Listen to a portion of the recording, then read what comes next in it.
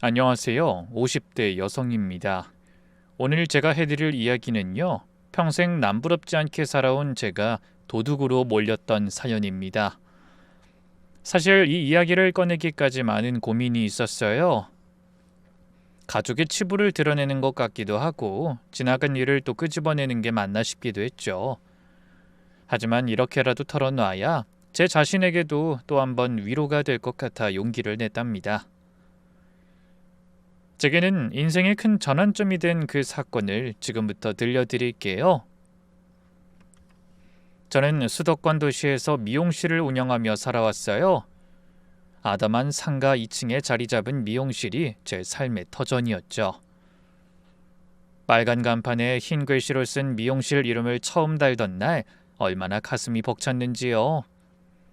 저는 일을 굉장히 열심히 하고 매달리는 편이었지만 그럼에도 제 인생 1순위는 늘 가족이었어요. 남편은 제가 23세 선보고 만났었죠. 첫 만남은 동네 다방이었는데 어색한 분위기에 서로 커피만 홀짝거렸거든요. 중매선 자리라 서로 할 말도 없었고 그저 어색하게 앉아있기만 했어요. 저는 고등학교만 나왔어요. 집안도 가난하고 내세울 것도 없는 사람입니다. 남편이 솔직하게 털어놨을 때 오히려 그 진솔함에 마음이 갔어요. 저도 평범한 집 딸이에요. 같이 열심히 살면 되죠. 정말 괜찮겠어요? 나중에 후회 안 해요? 후회는 무슨, 성실하게 사는 게 제일 중요한 거죠. 무뚝뚝하지만 성실하고 가족에 대한 책임감이 강한 사람이었죠. 결혼 후에도 술 먹고 늦게 들어온 적이 거의 없고 받은 일당도 한 푼도 빠짐없이 집에 가져왔답니다. 동료들이 한 잔만 더 하자고 붙잡아도 집사람이 기다린다며 곧장 집으로 왔어요. 첫눈에 반했어. 당신 보조개가 예뻤거든. 남편이 가끔 술 한잔하면 하는 말이에요. 그러다 딸이 태어났을 때 남편은 기뻐서 처음으로 제 앞에서 눈물을 흘렸답니다. 병원 복도에서 혼자 훌쩍거리던 모습이 생각나네요. 딸이래. 우리 딸이 태어났어. 당신 닮아서 예뻐. 정말 예뻐. 그날 밤 남편은 신생아실 유리창에 붙어서 한참을 딸만 바라봤답니다. 다른 아기들보다 유독 작고 빨간 우리 딸을 보며 아빠가 잘 키울게, 우리 공주님 이라고 속삭였대요. 그럼 아기가 들을 것 같았다나? 간호사가 아버님 이제 가셔도 돼요 라고 몇 번이나 말해도 발길이 떨어지지 않는다며 계속 서 있었대요. 남편은 평생 일용직 노동자로 건설 현장을 전전했어요. 일이 있을 때와 없을 때의 수입 차이가 커서 저희 집은 경제적으로 늘 불안했답니다. 여보, 이번 달도 일이 별로 없었어. 미안해. 뭘 미안해. 당신이 얼마나 고생하는데. 내가 미용실로 벌면 되지. 그래도 가장이 이 모양이니. 가장은 무슨, 우리가 같이 가장이야. 남편은 그럴 때마다 미안해하며 고개를 숙였어요. 한여름 땡볕에서 일하다 와서는 온몸이 시멘트 가루투성이인 채로 쓰러져 잠들곤 했죠. 작업복에서 나는 땀 냄새와 시멘트 냄새가 섞인 그 특유의 냄새가 지금도 기억나네요. 그런 남편을 보면서 저도 더 열심히 일해야겠다는 생각뿐이었답니다. 겨울철엔 일거리가 없어 미용실 수입으로만 버티기도 했어요. 영하 10도를 넘나드는 추운 날씨에 공사 현장이 멈추면 남편은 집에서 할 일 없이 빈둥거리는 자신이 한심하다며 술로 마음을 달래곤 했죠. 당신 술 그만 마셔. 봄 되면 또 일 들어올 거야. 남자가 돈도 못 벌어오는데 뭐가 떳떳하겠어. 우리가 가족인데 뭘 그렇게 따져. 같이 버는 거지. 그래도 네가 고생하는 거 보면 마음 아파. 나가서 일을 구해보려 하지만 일용직만 해왔기에 마땅한 일이 없었어요. 그 점이 저도 늘 안타까웠죠. 그래도 딸만큼은 남부럽지 않게 키우려고 악착같이 일했습니다. 아침 일찍부터 밤 늦게까지 가위를 놓지 않았고 손님 한 분 한 분께 정성을 다했어요. 파마 약품 냄새로 머리가 아파도 하루 종일 서 있어서 다리가 퉁퉁 부어도 딸을 생각하면 피곤한 줄도 몰랐답니다. 손님이 없는 날엔 전단지를 들고 직접 아파트 단지를 돌기도 했어요. 한 명이라도 더 손님을 유치하려고 애썼던 그 시절을 지금 생각하면 참 열심히 살았구나 싶네요. 딸과 저는 친구처럼 지냈고 속 이야기도 다 나누는 사이였습니다. 학교에서 있었던 일부터 친구 관계까지 딸은 뭐든 저한테 털어놨죠. 엄마, 오늘 반 친구가 나보고 엄마 미용실 하냐고 물어봤어. 그래서 내가 우리 엄만 동네에서 제일 솜씨 좋은 미용사라고 자랑했지. 내 눈엔 엄마가 제일 멋있어. 손님들 머리 만져주는 거 보면 꼭 마술사 같아. 어려운 형편에도 딸은 항상 밝고 씩씩하게 자라줬어요. 학원 하나 제대로 못 보냈지만 혼자서도 열심히 공부해서 장학금도 받고 그랬답니다. 밤늦게까지 방에서 공부하는 딸을 보면서 우리 딸 너무 무리하지 마 라고 말하면 엄마 아빠가 이렇게 열심히 사는데 나도 열심히 해야지 라고 대답했어요. 대학 입학 통지서를 받아왔을 때 온 가족이 껴안고 울었던 기억이 나네요. 엄마, 나 붙었어. 장학금도 받는데. 정말? 아유, 우리 딸 정말 대단해. 그날 남편은 처음으로 비싼 소고기를 사와서 파티를 했답니다. 그런 일상이 참 더없이 행복했어요. 그런 딸이 어느새 성인이 되고 대학을 가고 취직을 했죠. 세월 참 빠르더군요. 딸에겐 대학교 때부터 무려 7년을 만난 남자친구가 있었어요. 일찍이 취직해서 일하는 착하고 성실한 청년이었죠. IT 회사에서 개발자로 일한다고 했는데 딸 말로는 능력도 인정받고 연봉도 괜찮다고 했어요. 처음 집에 들여왔을 때가 기억나네요. 어머니 아버지 처음 뵙겠습니다. 박수용이라고 합니다. 어서 와요. 밥 같이 먹어요. 민선 씨가 어머니 요리 솜씨가 좋다고 하도 자랑을 많이 해서 사실 좀 기대하고 왔는데 차려주신 음식이 정말 다 맛있어요, 어머니. 반듯한 인상에 예의 바른 모습이 정말 좋았답니다. 일 이야기하다 복잡한 일을 쉽게 설명하는 걸 보니 똑똑한 청년이더군요. 딸과 함께 있을 때 행복해하는 표정이 진심으로 보였어요. 하지만 딱 하나 걸리는 게 있었습니다. 수용이.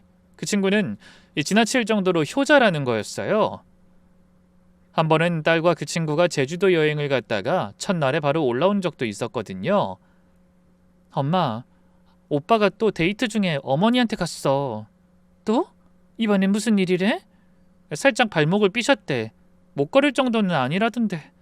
그게 여행을 취소할 일이야? 그것도 비행기 타고 온 일을? 아이고, 그것도 참. 가족 챙기는 건 좋지만 매사에 그러면 신경 쓰이지. 그러니까 말이야. 어머니가 오빠를 그렇게 찾으셔. 하나뿐인 아들이라 더 귀한가? 귀하면 부려먹질 말아야지. 이해가 안 돼. 하물며 저희 집에 놀러 왔을 때도 어머니 전화가 오면 바로 달려가는 모습이 걱정됐습니다. 딸에게 들어보니 영화 보다가도 맛집에서 줄 서다가도 심지어 딸 생일날에도 어머니가 부르면 갔다더군요. 민선아, 미안해. 어머니가 갑자기 어지럽다고 하셔서. 오빠 그럼 병원 모시고 가야지. 병원은 안 가신대. 그냥 옆에 있어달라고만. 또? 지난주에도 그러셨잖아. 그래도 그것 빼곤 나머지 다 괜찮았습니다. 딸을 진심으로 아끼고 사랑해주는 게 보였어요. 평소에도 잘하고 기념일마다 정성스러운 선물을 준비하고 딸이 야근할 때면 회사 앞에서 몇 시간이고 기다려주기도 했대요. 게다가 딸이 감기에 걸렸을 때도 새벽에 죽을 끓여서 가져다 주기도 했고요. 비 오는 날엔 항상 우산을 들고 회사 앞에 마중 나왔답니다. 이야기만 들으면 거의 100점짜리 사위였죠. 그런 모습에 마음이 놓이기도 했지만 그 어머니라는 분이 문제였어요. 딸이 가끔 흘리는 말로는 심지어 우리 딸을 은근히 무시한다고 하더라고요.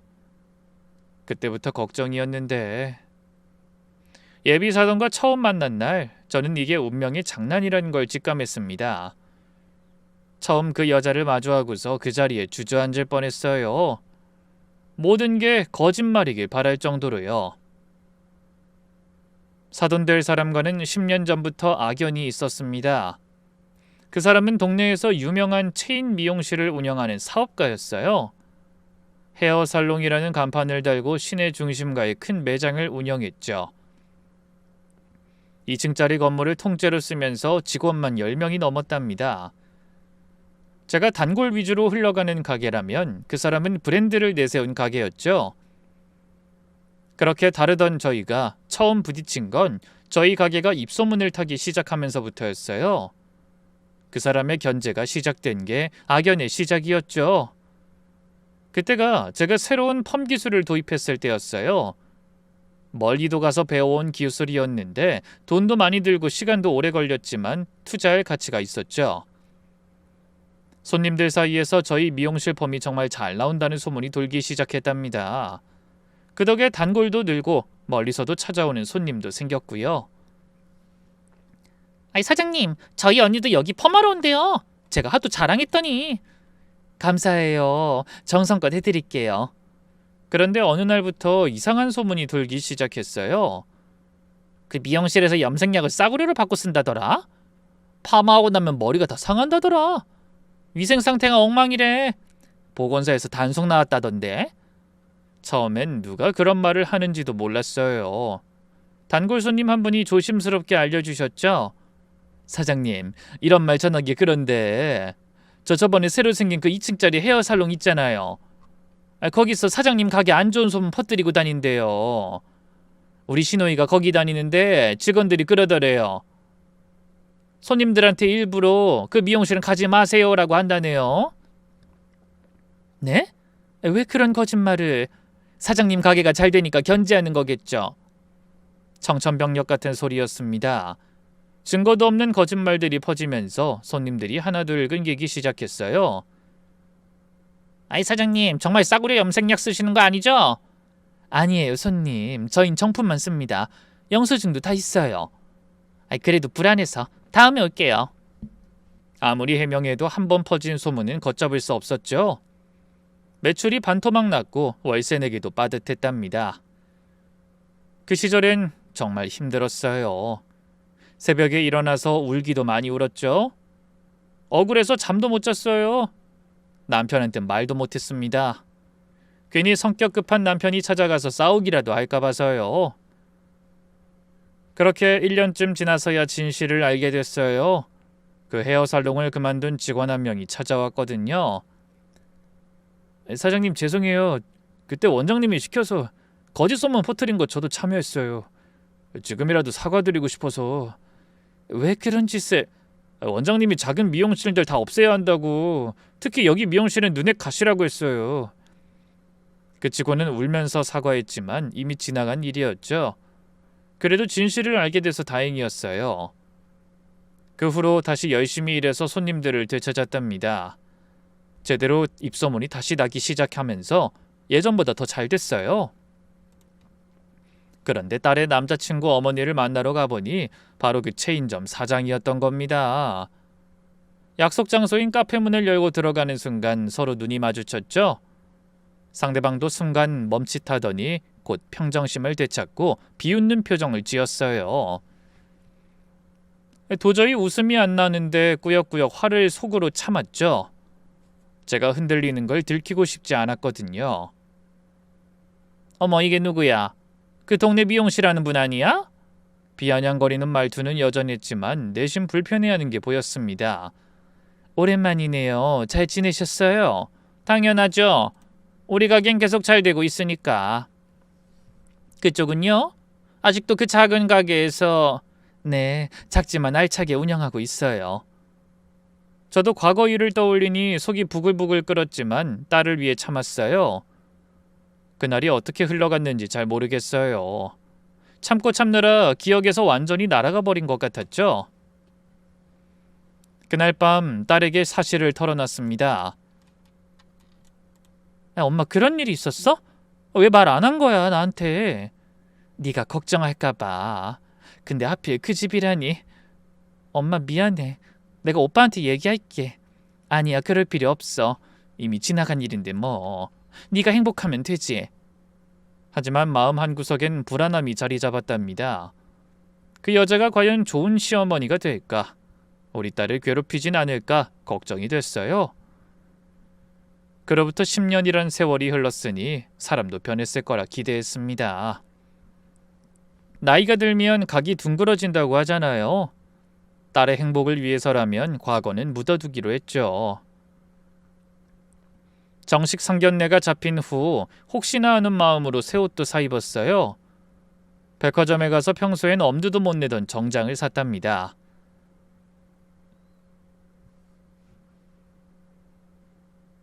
이거 너무 비싸지 않아? 딸 상견례인데 이 정도는 입어야지. 남편도 어색한 양복을 입고는 이거 너무 불편해 라고 투덜거렸지만 딸을 위해 참았답니다. 여보, 오늘은 좀 참아. 딸 시집 보내는 자리잖아. 아유, 알았어. 내가 뭐라고 하겠어. 그냥 조용히 있을게. 상대방이 좀 까다로운 사람이야. 조심해야 해. 까다로운 정도가 아니라 당신 괴롭혔던 그 여자잖아. 쉿! 그 이야기는 이제 안 하는 걸로 해. 상견례 장소는 어느 레스토랑이었어요. 사돈 쪽에서 정한 곳이었는데 메뉴판을 보니 한 끼에 수십만 원이 넘더군요. 코스 요리라고 해서 뭐가 나올지도 모르겠고 포크랑 나이프도 여러 개씩 놓여 있어서 어떻게 써야 할지 막막하더라고요. 그 어색한 자리에서 우리는 상견례를 시작했습니다. 우리 아들은 마음만 먹으면 의사도 변호사도 만날 수 있는데 사돈 될 사람이 맨 처음 한 말이었어요. 한숨을 푹 쉬며 말하더군요. 하나도 변하지 않았더라고요. 오히려 더 거만해진 것 같았어요. 개발자가 좋은 직업이긴 하지만 그렇다고 뭐 마음 먹는다고 의사나 변호사 골라 만날 수 있나요? 좋은 사람 만나고 보니 직업이 그런 거지. 그런 마음으로 사니까 그렇게 사는 거예요. 그 여자의 말에 순식간에 상견례장이 싸늘해졌습니다. 그런데도 별 생각이 없는지 곧바로 다른 질문을 하더군요. 따님이 회사원이라고요? 에휴, 우리 아들이 고생 좀 하겠네. 저희 딸도 나름 대기업에 다닙니다만. 대기업이면 뭐예요? 월급쟁이는 월급쟁이죠. 우리 아들은 한 달에 1,000만 원도 넘게 버는데. 그러면서 본인 남편 자랑, 집안 자랑을 한참 늘어놨어요. 우리 집은 강남에 아파트가 있어요. 아들한테 집 하나 해줄 여력도 되죠. 참, 따님 집은 있나요? 전세로 살고 있습니다. 아직도 전세? 나이가 몇인데 결혼할 때까지 집 한 채도 못 마련했어요. 열심히 모으고 있어요. 그래도 시집 갈 때 집 하나는 있어야죠. 요즘은 여자도 집 하나는 가지고 온다던데. 집안 형편을 캐묻고는 코웃음을 쳤습니다. 남편이 일용직이라는 걸 알고는 대놓고 무시했죠. 아이고, 일용직이요? 그럼 수입이 불안정하겠네요. 열심히 일하고 있습니다. 불안정한 게 단점이라면 그만큼의 단점도 있죠. 그래도 안정적인 직장이 있어야죠. 우리 아들이 처가 걱정까지 해야 하나? 저희가 도움받으려는 게 아닙니다. 자꾸 뭘 생각하는지 모르겠지만 일은 걱정은 그만하시죠. 보기 안 좋네요. 어머, 제가 못할 소리 했나요? 그래놓고 나중에 무슨 일 생기면 다 아들한테 손 벌리잖아요. 되게 그러던데. 남편이 주먹을 꽉 쥐는 게 보였어요. 제가 테이블 밑에서 남편 손을 잡고 진정시켰죠. 저희도 결국 집에 돌아와서는 그런 집안과는 사돈 맺기 싫다라며 거세게 반대했습니다. 도대체 뭘 믿고 저렇게 거만한지 모르겠네. 그러니까 우리 딸이 뭐가 부족하다고. 양가의 반대에도 딸과 그 청년은 결혼을 포기하지 않았어요. 딸은 매일 밤 울면서도 엄마 아빠한테 정말 미안한데 나 오빠 없이 못 살아 라고 했고 그 청년도 마찬가지였답니다. 엄마, 나 오빠랑 결혼할 거야. 결혼하게 해줘. 오빠 어머니가 어떻든 오빠는 좋은 사람이야. 그 어머니 밑에서 자란 아들이 온전하겠니? 여태껏 마마보이 이래서 싫다고 해놓고 아들이 그렇게 따르던 사람이 그런 심성을 가진 작자인데 걔가 정말 괜찮아 보여? 엄마, 사람을 집안으로만 판단하지 마. 오빤 정말 달라. 나한테 얼마나 잘해주는데. 잘해주는 것도 지금뿐이야. 결혼하면 다 변해. 엄마도 아빠랑 행복하게 살잖아. 우리도 그럴 거야. 특히 그 청년이 큰 결심을 했더군요. 딸한테 들은 이야기로는 보니 어머니 앞에서 무릎을 꿇고 애원했다고 해요. 어머니, 평생 효도하며 살았지만 이번만큼은 제 뜻대로 하겠습니다. 민선이 없으면 저 못 살아요. 너 지금 정신이 나갔구나. 그런 집안 딸하고 결혼하겠다고? 집안이 중요한 게 아니에요. 민선이가 얼마나 좋은 사람인데요. 착하고 성실하고 저를 진심으로 사랑해줘요. 사랑? 사랑으로 밥 먹고 살아? 현실을 봐. 전 어떻게든 민선이와 결혼할 겁니다. 어머니가 반대하시면 연을 끊고라도 결혼할 거예요. 그렇게 선언하곤 독립하겠다고 집을 나갔대요. 결국 회사 근처에 원룸을 구하고 혼자 살기 시작했다고 했죠. 사돈은 며칠은 버티겠지 하고 내버려뒀는데 아들이 정말로 돌아오지 않자 불안해했답니다. 그러던 어느 날 큰 교통사고가 났어요. 빗길에 과속하던 차가 중앙선을 넘어 정면 충돌했다는데 하필 그 청년이 탄 택시와 부딪힌 거였죠. 병원 중환자실에서 일주일을 의식 없이 누워 있었는데 의사 선생님도 위험한 고비입니다라고 했대요. 딸이 병원에서 전화를 걸어왔을 때 목소리가 떨렸죠. 엄마, 오빠가 사고 났어. 의식이 없대. 뭐? 어떻게? 당장 갈게. 병원에 가보니 사돈도 와 있었어요. 평소에 거만함은 온데간데 없고 초췌한 모습이었죠. 딸은 중환자실 앞에서 하염없이 울고 있었고요. 아직 딸과 결혼한 사이도 아닌데 제 마음이 얼마나 떨리던지. 어머니, 제가 옆에 있을게요. 오빠가 깨어나면 제 목소리 들어야 해요. 네가 뭔데? 아직 며느리도 아닌데. 며느리가 아니어도 사랑하는 사람이에요. 여기 있을 거예요. 딸은 그렇게 우기면서 일주일 내내 병원을 떠나지 않았어요. 회사에 휴가를 내고 밤낮으로 간호했죠. 면회 시간마다 들어가서 손을 잡고 말을 걸었대요. 오빠, 나야. 민선이야. 빨리 일어나. 우리 결혼해야지. 기적처럼 일주일 만에 의식이 돌아왔어요. 깨어나자마자 한 말이 민선이 괜찮아? 였대요. 오빠가 다쳤는데 왜 내 걱정을 해? 민선이 목소리가 들렸어. 계속 날 불러줘서 돌아올 수 있었어. 그 모습을 본 사돈이 처음으로 딸을 인정했나 봐요. 며칠 후 딸이 또 저에게 전화를 걸어왔어요. 엄마가 결국 울면서 허락하셨대. 그 여자는 평생 키운 아들을 잃을 뻔했다는 생각에 무너졌던 거예요. 중환자실에서 아들이 의식을 잃고 있는 동안 처음으로 딸의 진심을 받다더군요. 네가 정말로 우리 아들을 사랑하는구나. 네, 어머님. 전 오빠 없으면 못 살아요. 알았어. 네가 그렇게 원한다면 결혼해라. 결국 울며 겨자 먹기로 허락했답니다. 그 이야기를 하는데 어떻게 제가 결혼을 반대할 수 있나요?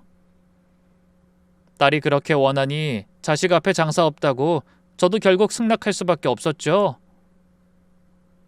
그 여자는 상종 못할 사람이지만 자식을 잃을 뻔한 슬픔 앞에서 저도 모르게 마음이 약해졌던 것 같아요. 훗날 그때의 선택을 두고두고 후회했죠. 그때까지만 해도 원만한 결혼이 될 줄 알았어요. 하지만 그 이후에 만난 사돈의 표정은 영락없이 상갓집이었고 내 아들 인생을 망치는 거다라며 저희를 원망하는 눈빛이었죠. 결혼을 허락한 사람이 아니라 누가 목에 칼을 들이밀어서 억지로 시킨 사람 같았어요. 어찌나 어이가 없던지. 결혼 준비 과정은 지옥 그 자체였습니다. 첫 번째 충돌은 예식장 정하는 것부터 시작됐어요. 예식장은 호텔로 해야지. 우리 집안 체면이 있는데. 저희는 부담스럽습니다. 일반 예식장도 좋은 곳 많아요. 아이고, 돈도 없으면서 결혼은 왜 하는지. 그쪽에서 반은 부담하실 수 있나요? 네, 그러니까 부담스럽다고 말하는 겁니다. 할 수 있는 선에서 여유에 맞게 하시죠. 할 수 있는 선? 그게 얼마나 되는데요? 뭐 1,000만 원? 2,000만 원? 그 정도는 준비했습니다. 겨우 그것뿐? 우린 신혼집까지 다 해주는데? 저희도 집 사는데 보탠다고 했는데 사돈이 적다고 싫다 하셨잖아요. 뭘 바라는 겁니까 대체? 사돈은 우리 형편을 뻔히 알면서도 일부러 망신을 줬어요. 딸이 중간에서 얼마나 힘들었을지 생각하면 지금도 마음이 아프네요. 예물 고를 때는 더했습니다. 백화점 명품관에 가서는 제일 비싼 시계를 골라놓곤 이런 싸구려를 우리 아들한테 줄 거냐? 라며 큰 소리를 쳤죠. 이게 싸구려라뇨? 1,000만 원이 넘는데? 1,000만 원? 우리 아들 연봉이 얼만데 고작 1,000만 원짜리? 최소 3,000은 돼야죠. 3,000만 원짜리 시계를요? 당연하죠. 평생 차고 다닐 건데. 주변 사람들이 다 쳐다볼 정도로 소란을 피웠어요. 매장 직원도 난처한 표정이었죠. 딸은 얼굴이 빨개져서 고개를 숙이고 있었고요. 게다가 웨딩드레스를 고를 때는 딸에게 직접적인 모욕을 줬어요. 나중에 딸한테 전해 들은 건데 드레스숍에서 딸이 드레스를 입고 나왔는데 한마디로 찬물을 끼얹었단 겁니다. 살 좀 빼지 그랬어. 뭘 입어도 안 예쁘겠네. 엄마 민선이 안 뚱뚱해요. 수영아, 넌 사랑에 눈이 멀어서 그래. 객관적으로 봐. 허리가 어딨어? 엄마 제발 그만하시라고요. 내가 뭐 잘못 말했어? 사실을 말한 것뿐인데. 딸이 집에 돌아와 화장실에서 혼자 울고 있는 걸 발견했을 때 정말 가슴이 찢어졌어요. 그래도 딸은 엄마 그냥 참을게. 결혼하고 나면 나아지겠지. 라며 억지로 웃었어요. 결혼 준비 마지막까지도 사돈의 간섭은 끝이 없었답니다. 청첩장 문구부터 시작해서 식순, 패백 음식, 심지어 신혼여행 장소까지 다 자기 마음대로 정하려 했어요. 신혼여행은 유럽으로 가야지. 우리 아들 친구들은 다 유럽 갔어. 저희는 국내나 가까운 해외로 생각했는데요. 그게 신혼여행이야? 제주도나 일본 가는 게? 비용이 너무 많이 들어서요. 저희가 알아서 할게요. 또 돈 타령? 이것도 우리가 대줘야 하나? 결혼식 날 사돈은 하객들 앞에서도 불만을 숨기지 않았어요. 우리 아들이 너무 고집이 세서 더 좋은 집 딸들도 많았는데. 그 말을 들은 친척 어른 한 분이 따끔하게 한마디 하셨대요. 자식 결혼식 날 그런 말이 어딨어? 축복해줘야지. 살아 돌아온 것만으로도 감사해야 해. 결혼 후 본격적으로 딸의 시집살이가 시작됐습니다. 어느 정도 예상은 했지만 그것보다 훨씬 심각했죠. 결혼식 다음 날부터 사돈의 전화가 왔대요. 며느리 됐으면 인사부터 와야지 왜 안 와? 어머니, 저희 오늘 신혼여행 가는 날인데요. 신혼여행이 뭐가 중요해? 시부모 인사가 먼저지. 그때 결국 못 갔는데 그 뒤로 완전히 찍힌 겁니다.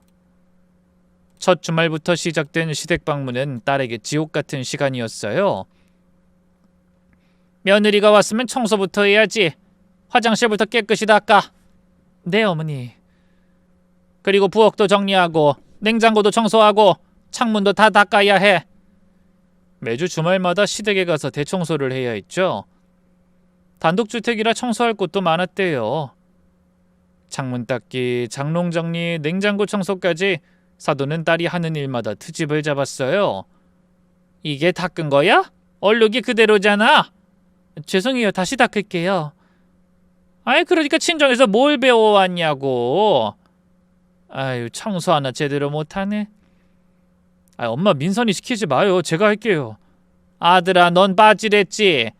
며느리 교육은 시어머니가 하는 거야. 처음에 잘 배워둬야 나중에 가서 더 잘하지. 명절은 더 끔찍했어요. 새벽 4시에 일어나 전부치고 음식 장만하느라 녹초가 됐는데도 친척들 앞에서는 며느리가 게으르다라고 흉을 봤답니다. 우리 때는 시어머니 눈치 보느라 화장실도 못 갔는데 요즘 며느리들은 편하게 산다니까. 형님, 그래도 민선인 잘하는 편이에요. 잘하긴 뭘 잘해. 전 부치는 것도 서툴러서 내가 다시 했어. 동그랑땡 하나 제대로 못 만들더라고. 친척들 앞에서 대놓고 하는 말에 딸이 얼마나 상처받았을지 생각만 해도 가슴이 아팠어요. 한 번은 딸이 몸살이 나서 시댁에 못 간다고 했더니 사돈이 직접 신혼집에 찾아왔대요. 조인종을 연달아 누르면서 문을 두드렸답니다. 문 열어! 꾀병 부리는 거 아니야? 엄마, 민선이 정말 아파요. 열도 38도가 넘어요. 그 정도 갖고 엄살이야. 한번 보자고 정말 아픈지. 집에 들어오자마자 이불을 확 젖히고는 멀쩡해 보이는데? 라며 의심했대요. 그러면서 아픈 딸한테 청소를 시켰답니다. 아파도 움직여야 낫는 거야. 침대에 누워만 있으면 더 아파. 엄마 그만 좀 해요. 민선이 좀 쉬게 해주세요. 네가 뭘 알아? 며느리 교육은 시어머니가 하는 거랬지. 너무 나약하게 키우면 안 돼. 사위가 도저히 못 참겠어서 결국 밖으로 내쫓았답니다. 그런데도 그 이후로 계속 연락하고 못 살게 군 것 같더라고요. 어느 날 딸이 울면서 친정에 왔습니다. 한겨울인데도 얇은 옷만 입고 나왔더군요. 눈이 퉁퉁 부어서는 현관문을 열자마자 제품에 안겼어요. 엄마 나 못 살겠어. 왜 무슨 일이야? 또 시어머니가 뭐라고 했어? 시어머니가 딸은 한참을 울다가 겨우 입을 열었어요. 목소리가 떨려서 제대로 말도 못했죠. 시어머니가 너 같은 애를 며느리로 둔 게 아니래. 친정엄마가 미용실이나 하니까 딸도 천박하다고. 우리 집이 가난해서 내가 돈 때문에 오빠랑 결혼했다고. 뭐? 그런 말을? 그것도 친척들 다 있는 데서 그랬어. 다들 듣고 있었는데 아무도 말리지 않았어. 말리면 더 심하게 하니까. 그 순간 머리끝까지 화가 치밀어 올랐어요. 참고 참았던 게 한계에 다다랐죠. 더는 못 참겠더군요. 엄마, 나 이혼하고 싶어. 더는 못 참겠어. 그 집 찾아가는 것도 힘들고 이렇게 인격 모독까지 당하면서 살 순 없어. 오빠가 아무리 감싸준다 해도 수습이 안 돼. 어머님 바뀌지 않을 거야. 잠깐만, 엄마가 전화 한 통 할게. 화가 난 저는 당장 사돈에게 전화를 걸었죠. 신호음이 울리는 동안에도 열이 받아서 손이 떨렸어요. 사돈, 우리 딸이 뭘 그렇게 잘못했습니까? 아이고, 뭐 때문에 전화했어요? 설마 우리 며느리가 곳에 또 일러 바쳤어? 일러 바친 게 아니라 사실을 말한 거죠. 남의 집 귀한 딸을 청소시키고 요리하게 하고 살림시키고 지금 이 쌍팔년도도 아닌데 왜 그렇게 구박을 해요? 시집살이가 웬 말입니까? 요즘 같은 때. 구박? 아이고, 친정엄마가 나서서 딸을 더 버릇없게 만드네. 시집 와서는 시댁 법도를 따라야지. 법도? 며느리를 종부리듯이 하는 게 법도입니까? 뭐 얼마나 대단한 집안이라고 법도까지 세운답니까? 그래봤자 남의 머리나 깎는 건 그쪽이나 저나 똑같은데. 참나, 우리 집에 와서 하는 게 뭐가 있다고 종이래? 기본적인 집안일도 못하면서. 그쪽이야말로 기본적인 일도 못해서 남의 딸 불러다 일 시키는 거 아닙니까? 아이고, 수준하고는. 더 이상 할 말 없어요. 우리 아들이 그런 집 딸하고 결혼한 게 한이에요. 그럼 이혼시키세요. 우리도 당신 같은 집하고 사돈하고 싶지 않아요. 어디서 이렇게 품위 없고 막대 먹은 집안이랑 연결돼서 지질이 운도 없지. 뭐? 막대 먹어? 품위가 없어? 말 다 했어요? 결국 그렇게 고성이 오가며 크게 싸웠습니다. 전화를 끊고 나서도 한참을 손이 떨렸죠. 억울하고 분해서 눈물이 났어요. 옆에서 듣고 있던 딸이 엄마, 나 때문에 힘들게 해서 미안해 라며 또 울었답니다. 미안하긴 뭐가 미안해. 엄마가 더 미안하지. 그런 집에 시집 보내서. 엄마 탓 아니야. 내가 고집 부린 거잖아. 내가 어리석었어. 결혼은 당사자만 보면 된다고 생각했는데 아니었어. 남편이 퇴근하고 와서 사정을 듣곤 당장 찾아가겠다고 벌떡 일어났어요. 평소 조용한 남편이 그렇게 화난 건 처음 봤답니다. 내가 가서 따져야겠어. 우리 딸을 뭘로 보고 감히 당신까지 무시해? 여보 참아. 괜히 일 더 커져. 그럼 딸이 저렇게 오는데 가만히 있으라고? 당신도 전화로 싸웠다며? 그건 그래도 직접 가면 더 큰일 날 수도 있어. 큰일은 무슨? 내가 가서 정확히 따지고 올게. 제발 참아. 이렇게 가서 일 벌리면 더 수습하기 어려워져. 수습은 무슨, 끝을 내야지. 그날 밤 우리 세 식구는 거실에 앉아 한참을 아무 말 없이 있었어요. 딸은 울다 지쳐 잠들었고 남편과 저는 뜬 눈으로 밤을 새웠답니다. 그러다 새벽에 남편이 조용히 제 옆에 앉았습니다. 평소엔 위로도 서툰 사람인데 그날은 달랐어요. 거실 불을 끄고 어둠 속에서 조용히 말을 꺼냈죠. 우리 딸 고생하는 거 보니 마음이 찢어져. 나도 그래. 차라리 내가 대신 당했으면 좋겠어. 당신이 얼마나 속상한지도 알아. 아마 민선이보다 더 힘들 수도 있지. 딸이 저렇게 고생하는데 어떻게 참겠어. 눈 뒤집어지는 게 부모 심정이지. 남편이 잠시 생각에 잠기더니 느릿느릿 말을 이었어요. 당신 기억나? 우리 결혼 초에 우리 엄마가 당신 힘들게 했잖아. 그때 일을 왜 꺼내? 그때 당신이 나한테 뭐라고 했는지 알아? 시간이 약이야. 진심은 언젠가 통한다라고 했잖아. 그 말에 잠시 멍해졌어요. 정말 그랬거든요. 시어머니가 며느리 될 사람이 미용기술 배운 여자라고 무시했을 때 저도 많이 울었었죠. 그때 정말 서러웠어. 근데 당신이 묵묵히 참고 최선을 다했잖아. 김장할 때 새벽부터 와서 도와주고 엄마 아플 때 병원 모시고 다니고. 그게 며느리 도리라고 생각했으니까. 우리 엄마도 나중엔 당신을 인정했잖아. 돌아가시기 전에 미안하다고도 하시고. 물론 그렇다고 해서 시집살이 시킨 걸 정당화할 순 없지만 말이야. 당신한텐 참 몹쓸만 많이 하셨으니까. 어머니 그때 참으셨지. 너무 못살게 굴어서 미안했다고 하시면서 말이야. 뭐 당신 마음 편하려고 그런 걸 수도 있지만 지금은 그냥 진심이라고 생각해. 남편이 제 손을 꼭 잡으며 말했어요. 당신 알아? 내가 제일 자랑스러워하는 게 뭔지? 뭔데? 당신이 미용실하는 거. 맨손으로 시작해서 동네 최고 미용실 만들었잖아. 빈손으로 시작해서 가위 하나로 여기까지 온 거잖아. 그게 뭐가 대단해? 대단하지. 내가 일용직으로 벌어오는 쥐꼬리만 돈으로 어떻게 딸을 대학까지 보냈겠어? 다 당신이 새벽부터 밤까지 가위질한 덕분이잖아. 우리가 같이 한 거지. 우리 딸도 당신 보고 배웠어. 그 강인함을. 엄마가 어려운 환경에서도 당당하게 사는 거 보고 자랐잖아. 남편의 진심 어린 말에 눈물이 났어요. 그리고 내가 제일 미안한 건 내가 좀 더 잘 벌었으면 사돈이 우릴 무시 못했을 텐데 내가 못나서 그게 가장 미안하지. 무슨 소리야. 당신이 얼마나 열심히 사는데. 영하 10도에도 일하고 폭염에도 일하고. 그래도 우리가 가난해도 딸은 바르게 키웠어. 그거면 됐지. 돈이 많아서 저렇게 사람을 무시하고 사는 것보다 100배 낫지. 그날의 위로가 특별하게 느껴진 건 평소에 하지 않던 말들을 해줬기 때문이었어요. 무뚝뚝한 사람이 어렵게 꺼낸 진심이 더 크게 와닿았죠. 그래서 조금 더 참기로 했답니다. 딸도 한동안은 이혼하겠다고 하더니 얼마 후 다시 또 잠잠해지더군요. 아무래도 사위 때문에 이혼을 마음먹는 것도 쉽지 않아 보였어요. 몇 달 후 딸이 임신 소식을 알려왔어요. 전화 목소리부터 달랐죠. 엄마, 나 지금 병원인데. 왜? 어디 아파? 아니 그게 아니라 엄마, 나 임신했어. 정말? 우리 딸 축하해. 몇 주야? 8주래. 심장 소리도 들었어.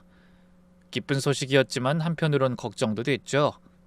이럼 정말 이혼은 어려워질 테고 혹여나 사돈이 임신한 딸을 더 괴롭힐까 봐서요. 불행 중 다행으로 임신하고 나니 사돈의 태도는 좀 누그러지는 듯 했습니다. 하지만 임신 기간 내내 사돈의 간섭이 계속됐어요. 먹는 것부터 입는 것까지. 그런 거 먹으면 애한테 안 좋아. 비싼 과일 사 먹어. 임산부가 그렇게 돌아다니면 어떡해? 집에서 쉬어야지. 배가 너무 나왔어. 이거 살찐 거 아니야? 임신 중독증 조심해야 해. 딸이 아들을 낳자 사돈은 좋아하면서도 또 한마디 했죠. 다행히 우리 집안 유전자가 강해서 잘생겼네. 눈, 코, 입이 다 우리 아들 닮았어. 엄마, 민선이도 닮았는데요. 넌 아빠라서 그렇게 보이는 거야. 객관적으로 봐. 아이를 낳고 나니 곧바로 다시 시집살이가 시작됐습니다. 출산 일주일 만에 시댁에 오라고 했답니다. 글쎄. 몸조리는 무슨. 나는 애 낳고 다음 날부터 일했어. 어머니, 요즘은 산후조리가 중요해요. 의사 선생님도 최소 3주는 쉬라고. 의사가 뭘 알아? 애 안 나와봤잖아. 경험이 중요한 거야. 그래도 몸이 안 좋아서. 핑계 대지 마. 이번 주말에 와. 결국 제가 말려서 산후조리원에 있게 했죠. 그거 가지고 어찌나 궁시렁거리던지. 제가 애 봐주는 걸 도우러 가면 친정엄마가 와서 며느리를 나태하게 만드네 라고 그렇게 떠들어대곤 했죠. 딸은 몸도 마음도 지쳐갔지만 아이 아빠를 위해 참았습니다. 결국 이 모든 게 딸의 선택이었으니 저도 더 이상 딸의 투정을 받아줄 수 없었어요. 엄마 너무 힘들어. 잠도 못 자는데 시댁 가서 일해야 해. 조금만 참아. 애기 크면 나아질 거야. 언제까지 참아야 해? 평생? 네가 선택한 거야. 거기에 대해선 책임을 가져야 해. 버텨. 그것 말곤 방법 없어. 그래도 아기를 보면서 행복해하는 걸 보니 마음이 놓이긴 했죠. 그러던 어느 날 예상치 못한 일이 일어났어요. 우리 미용실 단골 중에 조용히 다니던 손님이 있었는데 평범한 중년 여성인 줄만 알았거든요. 그런데 어느 날 제게 와서는 사장님, 제가 사실 방송 일을 했던 사람이에요. 네? 정말요? 알고 보니 유명 아침 프로그램 진행을 20년간 했던 방송인이었어요. 은퇴 후 우리 동네로 이사와서 조용히 살고 있었답니다. 사람들이 알아보는 게 싫어서 일부러 작은 동네로 왔어요. 근데 사장님 솜씨가 서울 유명 샵보다 좋아요. 아유, 과찬이세요. 정말이에요. 제가 방송 생활하면서 유명하다는 곳은 다 다녀봤거든요. 그렇게 우연한 만남이 넘어가나 싶었는데 그러던 어느 날 그분이 특별한 부탁을 했어요. 사장님, 제가 방송 복귀를 하게 됐는데 머리 좀 특별하게 해주실 수 있어요? 물론이죠. 어떤 방송이에요? 복귀 특집이라고 해야 하나? 대형 토크쇼예요. 황금 시간대 프로그램이라 많이 볼 거예요. 제가 정성껏 스타일링을 해드렸는데 새로운 펌 기술과 염색을 조합한 특별한 스타일이었죠. 방송이 나간 후 반응이 폭발적이었대요. 작은 인터뷰를 통해서 저희 가게에 대해 말했나봐요. 어머, 선생님 머리 스타일이 너무 예쁜데 어디서 하셨어요? 아, 이거요? 우리 동네 작은 미용실인데 솜씨가 정말 좋아요. 땡땡 미용실이라고 30년 경력의 진짜 고수예요. 땡땡 미용실이요? 처음 들어보는데. 숨은 고수죠. 제가 서울 유명한 곳 다 다녀봤는데 그래도 여기가 최고예요. 나이가 드니 거칠애보다는 실속이 중요한 게 좋더라고요. 그 방송이 나간 후 전화가 빗발쳤어요. 땡땡 미용실이죠? 예약 가능한가요? 방송 보고 연락드렸어요. 거기가 어디예요? 그 스타일로 해주실 수 있나요? 한 달 만에 예약이 2달치까지 밀렸고 수입이 3배로 늘었어요. 사장님, 저 서울에서 왔어요. 여기까지 올 가치가 있다고 해서. 멀리서 와주셔서 감사해요. 하도 바빠져서 직원도 2명 더 뽑아야 했죠. 경력직 디자이너들도 지원할 정도였어요. 그러다 보니 지역신문에서도 취재를 했답니다. 30년 경력의 숨은 고수 땡땡 미용실 대표를 만나다. 작은 미용실의 기적, 전국구 명소가 되다. 이런 제목으로 기사가 나갔어요. 방송국에서도 정식 취재를 왔죠. 사장님, 저희가 소상공인 성공 스토리를 다루는데 출연해 주실 수 있나요? 제가 잘 되니 남편도 너무 좋아했죠. 우리 마누라가 스타가 됐네. 아유, 무슨 스타야. 그냥 운이 좋았던 거지. 운도 실력이야. 당신이 그동안 쌓아온 실력이 인정받는 거잖아. 그런데 사돈이 이 소식을 듣고는 얼굴색이 변했다는 겁니다. 그것도 아주 시커멓게요. 요즘 사람들이 이상한데 현혹되네. 그런 미용실이 뭐가 좋다고. 별것도 아닌 걸로 방송 타니까 우쭐대나 봐.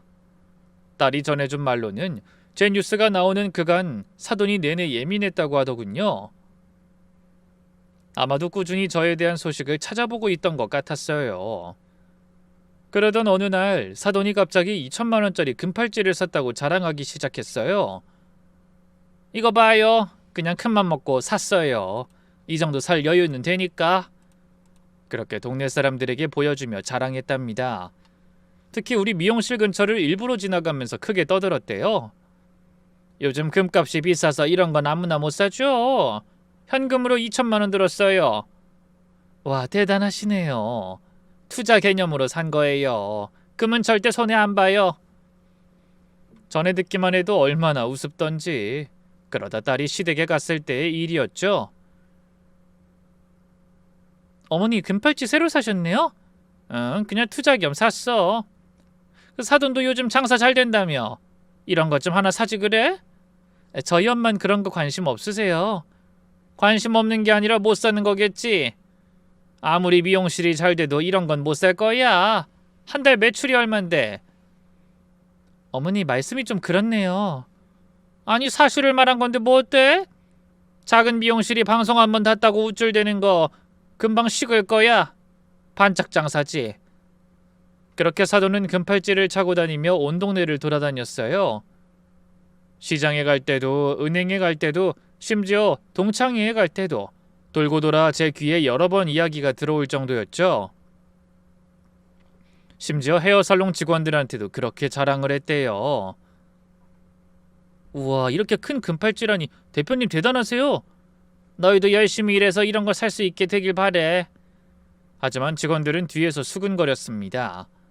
요즘 가게 매출도 떨어졌는데 무슨 돈으로 샀대? 빚내서 샀나봐. 허세 부리려고. 땡땡 미용실 잘 되니까 질투하는 거지. 이렇게 말이에요. 저도 들었거든요. 사돈 헤어 살롱이 많이 어렵다는 걸요. 이런 이야기까지 제 귀에 들어올 정도니 꽤나 많은 말들이 돌고 돈 것 같았어요. 그렇게 시간이 지나고 손주 돌을 앞두고 사돈이 새로 인테리어를 했다며 집들이를 열었어요. 돌잔치 논의도 준비할 겸 우리를 초대했죠. 정말 가기 싫었는데 웬일로 공손하게 말하더군요. 금팔찌 사면서 정신머리도 샀나 싶었어요.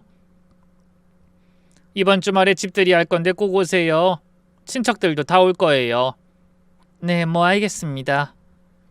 약속한 주말 오후 우리가 도착했을 때 이미 많은 사람들이 와 있었어요. 사돈의 형제들, 조카들, 친구들, 그리고 사위도 일찍 와서 준비를 돕고 있었죠.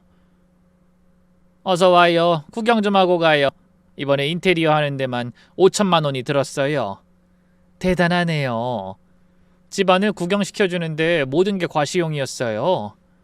이 소파는 이탈리아에서 직수입했어요. 하나에 1,000만 원 넘죠. 식탁은 캐나다산 대리석이에요. 최고급이죠. 저 그림은 유명 작가 작품이에요. 투자 가치가 있어서 샀어요. 친척들도 감탄했지만 속으론 불편해하는 게 보였어요. 형님, 생각보다 돈이 많으시네요. 그냥 열심히 살다 보니까요. 저녁 식사 시간이 됐어요. 사돈은 말로만 듣던 그 금팔찌를 차고 있었고 계속 만지작거렸습니다. 오늘 특별히 한우 1등급으로 준비했어요. 사돈, 평소엔 비싸서 자주 못 먹죠? 예, 감사히 먹겠습니다. 식사 내내 우리 집안을 깎아내리는 말만 늘어났어요.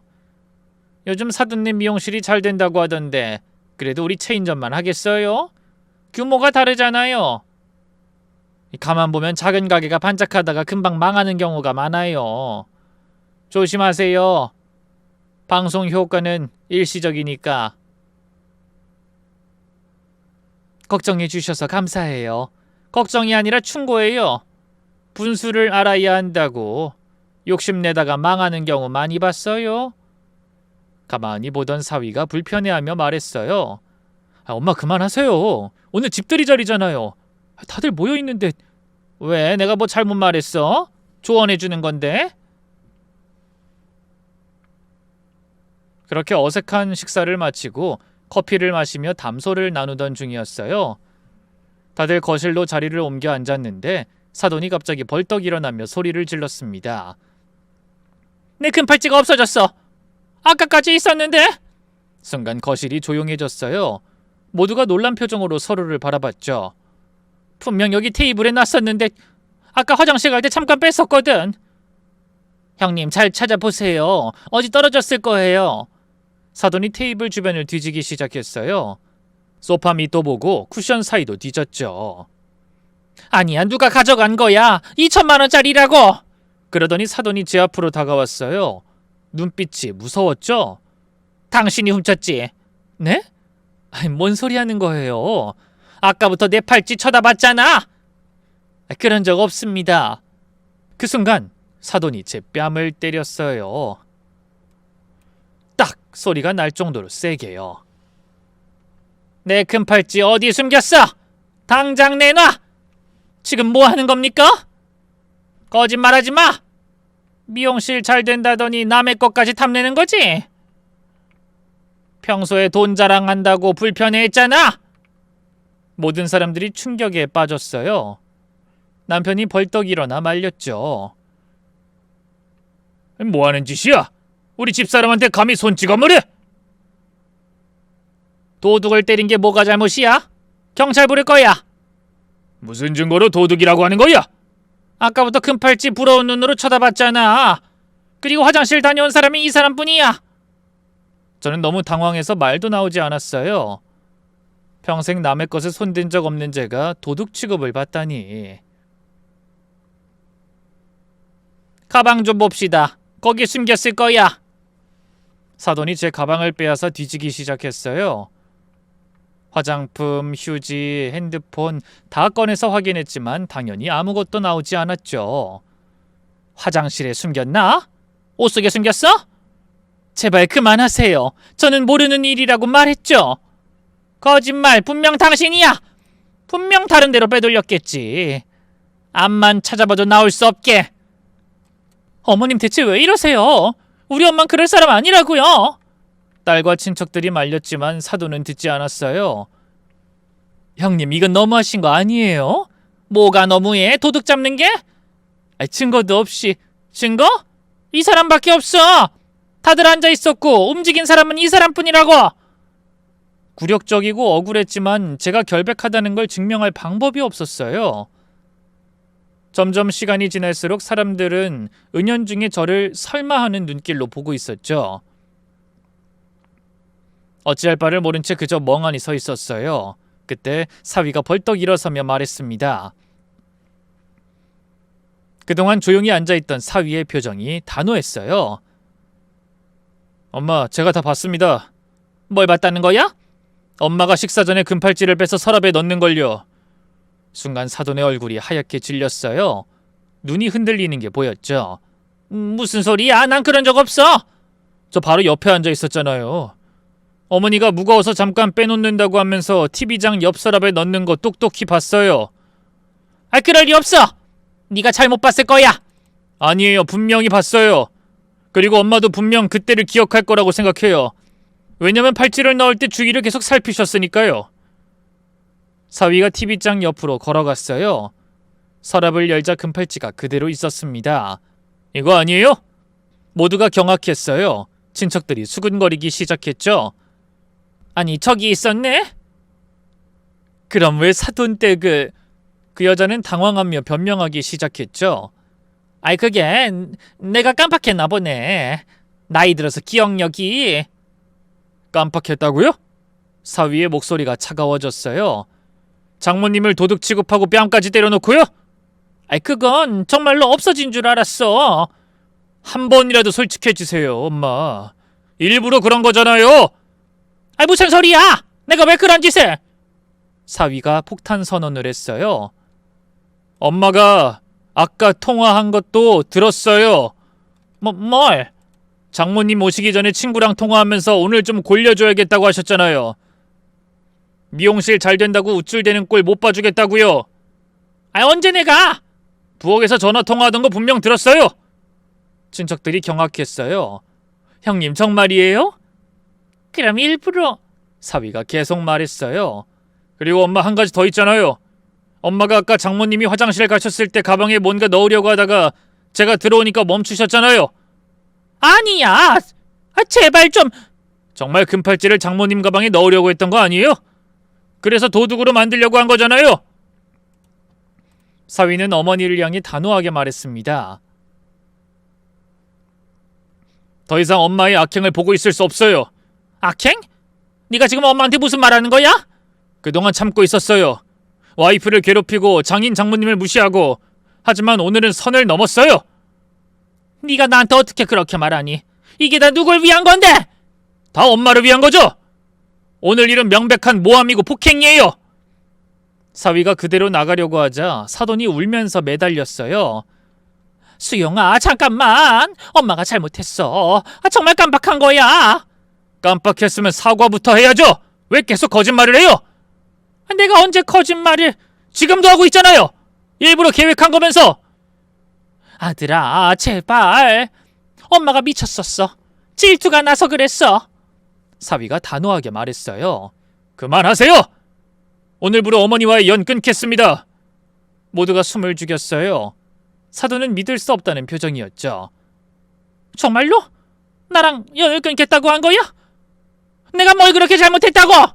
실수가 아니라 고의였잖아요. 모든 분들이 다 봤어요.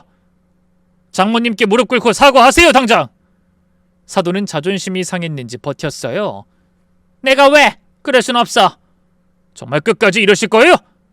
친척들도 사위 편을 들었어요. 형님, 이건 정말 너무했어요. 사돈 댁한텐 사과해야죠. 맞아요, 뺨까지 때렸는데. 일부러 그런 거 맞죠? 질투 때문에. 사돈은 궁지에 몰리자 결국 무너졌어요. 제 앞에 와서 마지못해 고개를 숙였죠. 미안해요. 내가 실수했어요. 하지만 진심이 아닌 걸 알았어요. 그저 아들을 잃기 싫어서 하는 사과였죠.